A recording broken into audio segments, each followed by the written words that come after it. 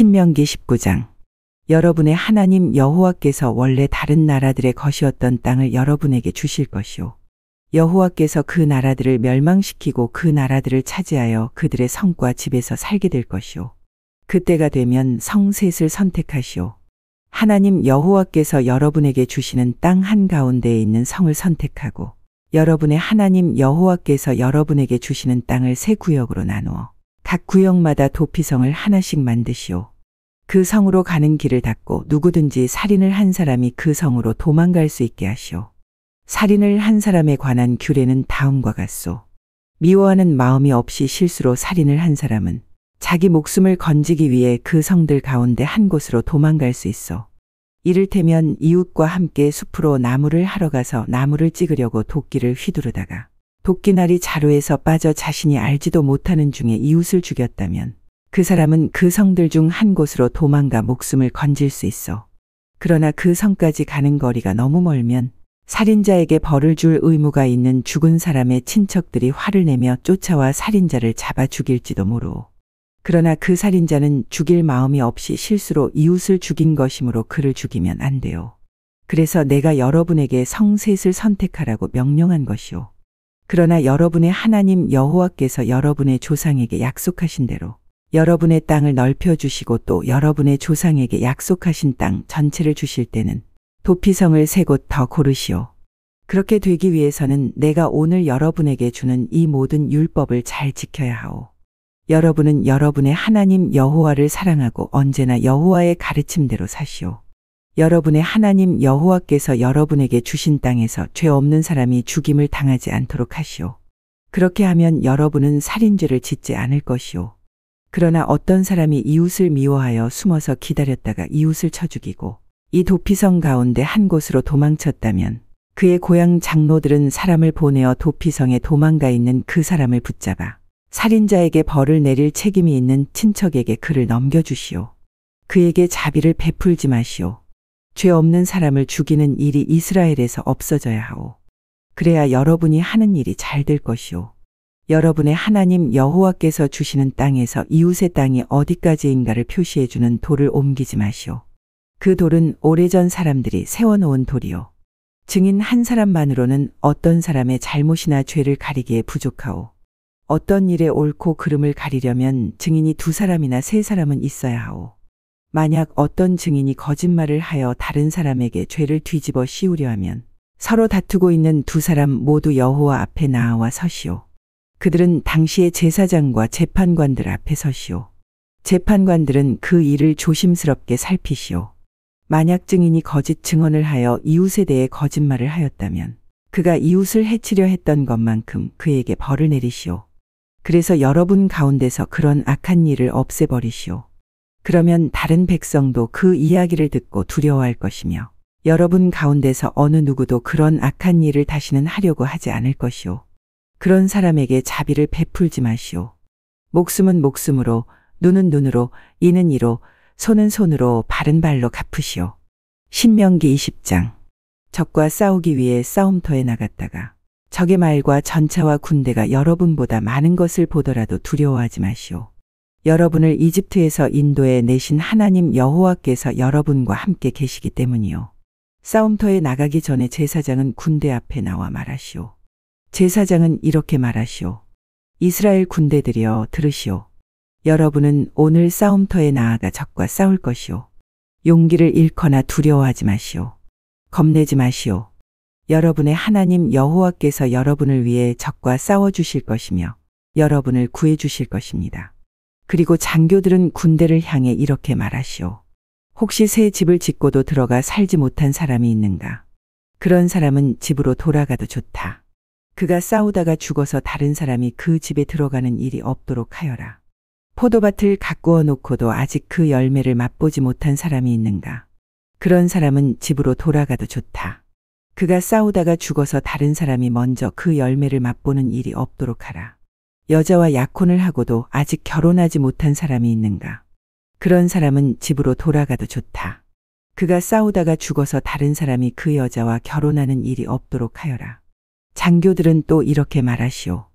여기에 두려워하는 사람은 없는가? 용기를 잃은 사람은 없는가? 그런 사람은 집으로 돌아가도 좋다. 그런 사람이 있으면 다른 사람들까지도 그 사람 때문에 용기를 잃고 만다. 장교들은 군대를 향해 이렇게 말하고 나서 군대를 이끌 지휘관을 세우시오. 어떤 성을 공격하려고 그 성에 가까이 갈 때에는 먼저 평화적으로 항복할 것을 권하시오. 만약 그들이 여러분의 제의를 받아들여 성문을 열어주면 그 성의 모든 백성을 노예로 삼아 일을 시키시오. 그러나 여러분의 평화 제의를 받아들이지 않고 여러분과 싸우려 하면 그 성을 포위하시오. 여러분의 하나님 여호와께서 그 성을 여러분에게 넘겨주실 때에 성 안의 모든 남자를 칼로 죽이시오. 성 안의 여자와 아이와 짐승과 그 밖의 것은 여러분이 가져도 좋소. 여러분이 적에게 빼앗은 것은 여러분의 하나님 여호와께서 여러분에게 주신 것이므로 여러분이 가져도 괜찮소. 가까이에 있지 않고 아주 멀리 떨어진 성들에 대해서는 여러분이 다 그렇게 하시오. 그러나 여러분의 하나님 여호와께서 여러분에게 주시는 땅의 성들에 대해서는 그 어느 것도 살려두지 마시오.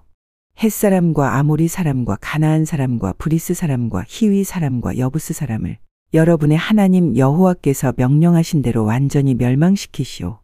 그렇게 하지 않으면 그들이 그들의 신을 섬기는 일을 여러분에게 가르칠 것이고 그런 못된 일을 여러분이 하게 되면 그것은 여러분의 하나님 여호와께 죄가 될 것이오. 어떤 성을 점령하려고 오랫동안 그 성을 포위할 때 도끼로 그 성의 나무들을 찍지 마시오. 나무의 열매는 파먹어도 되지만 나무를 베어버리지는 마시오. 그 나무들은 여러분의 적이 아니므로 나무와 싸우지 마시오. 그러나 열매를 맺지 못하는 나무는 베어버려도 좋소. 그런 나무는 베어내서 성을 점령할 때까지 성을 공격할 때에 필요한 장비로 만들어 쓰시오. 신명기 21장. 여러분의 하나님 여호와께서 여러분에게 주신 땅에 어떤 사람이 죽은 채 들판에 쓰러져 있는 것이 발견되었는데 누가 그 사람을 죽였는지 아무도 모르면 여러분의 장로들과 재판관들이 그가 쓰러져 있는 곳으로 가서 그 시체가 주변에 가까운 성들로부터 얼마나 떨어져 있는가를 재어보시오. 그리고 그 시체에서 가장 가까운 성의 장로들이 책임을 지시오. 이를 한 번도 해본 적이 없거나 멍에를 메어보지 않은 암송아지 한 마리를 정하여 항상 물이 흐르고 갈거나 무엇을 심은 적이 없는 골짜기로 끌고 가서 목을 꺾으시오. 그런 다음에 레위의 자손인 제사장들이 그리로 가시오. 그들은 여러분의 하나님 여호와께서 뽑으신 사람들이요. 그들은 여호와를 섬겨야 하고 여호와의 이름으로 복을 빌어 주어야 하며 온갖 다툼과 싸움에 대해 판결을 내려 주어야 하오. 그리고 죽임을 당한 사람에게서 가장 가까운 성의 장로들이 손을 씻되 골짜기에서 목을 꺾은 암송아지 위에서 손을 씻으시오. 그리고 이렇게 선언하시오. 우리는 이 사람을 죽이지 않았습니다. 그리고 이 사람이 죽는 장면도 보지 못했습니다. 여호와여, 여호와께서 구하신 여호와의 백성 이스라엘의 죄를 씻어 주십시오. 이 죄 없는 사람의 죽음에 대해서 여호와의 백성인 이스라엘에게 죄를 묻지 마십시오. 이렇게 하면 그 피 흘린 죄를 벗을 수 있소. 그래야 여러분은 죄 없는 사람을 죽인 죄를 씻을 수 있소. 여호와 보시기에 옳은 일을 하시오. 여러분이 적과 싸우러 나갔는데 여러분의 하나님 여호와께서 적을 무찌르게 해주셔서 그들을 사로잡게 되었을 때 그들 가운데 마음에 드는 아름다운 여자가 있으면 그 여자와 결혼해도 좋소. 그 여자를 여러분의 집으로 데려가 여자의 머리를 밀고 손톱을 깎아 주시오. 여자가 잡혀올 때 입었던 옷을 벗기시오. 그 여자는 여러분의 집에 살면서 한 달 동안 자기 부모를 위해 울어야 하오. 그런 다음에야 그 여자와 결혼할 수 있소. 그렇게 하여 여러분은 그의 남편이 되고 그는 아내가 되는 것이오. 그러나 만약 그 여자가 마음에 들지 않으면 어디든지 그 여자가 원하는 곳으로 보내주시오. 그러나 돈을 받고 여자를 팔 수는 없소. 여자를 욕되게 하였으므로 노예로 취급하지 말아야 하오. 어떤 사람에게 두 아내가 있는데 한 아내는 사랑을 받았으나 다른 아내는 사랑을 받지 못하였다고 합시다. 그러다가 두 아내 모두 아들을 낳았는데 사랑을 받지 못하던 아내의 아들이 맏아들이라면 남편이 자기 재산을 아들에게 물려주는 날에 맏아들 곧 그가 사랑하지 않는 아내의 아들이 받아야 할 몫을 자기가 사랑하는 아내의 아들에게 주면 안 돼요. 사랑을 받지 못하는 아내의 아들을 맏아들로 인정하고 자기의 모든 재산에서 두 몫을 그에게 줘야 하오. 그 아들은 그 아버지가 자녀를 낳을 수 있음을 보여준 첫 아들이므로 맏아들의 권리는 그의 것이오. 어떤 사람에게 고집이 세고 아버지나 어머니의 말씀을 따르지 않으며 타일러도 듣지 않는 아들이 있으면 그의 부모는 그를 성문에 있는 장로들에게 데려가시오. 그의 부모는 장로들에게 이렇게 말하시오. 우리 아들은 고집이 세고 무엇이든 제멋대로 하려 들고 우리 말을 듣지 않습니다. 먹고 마시기를 좋아하며 언제나 술에 취해 있습니다.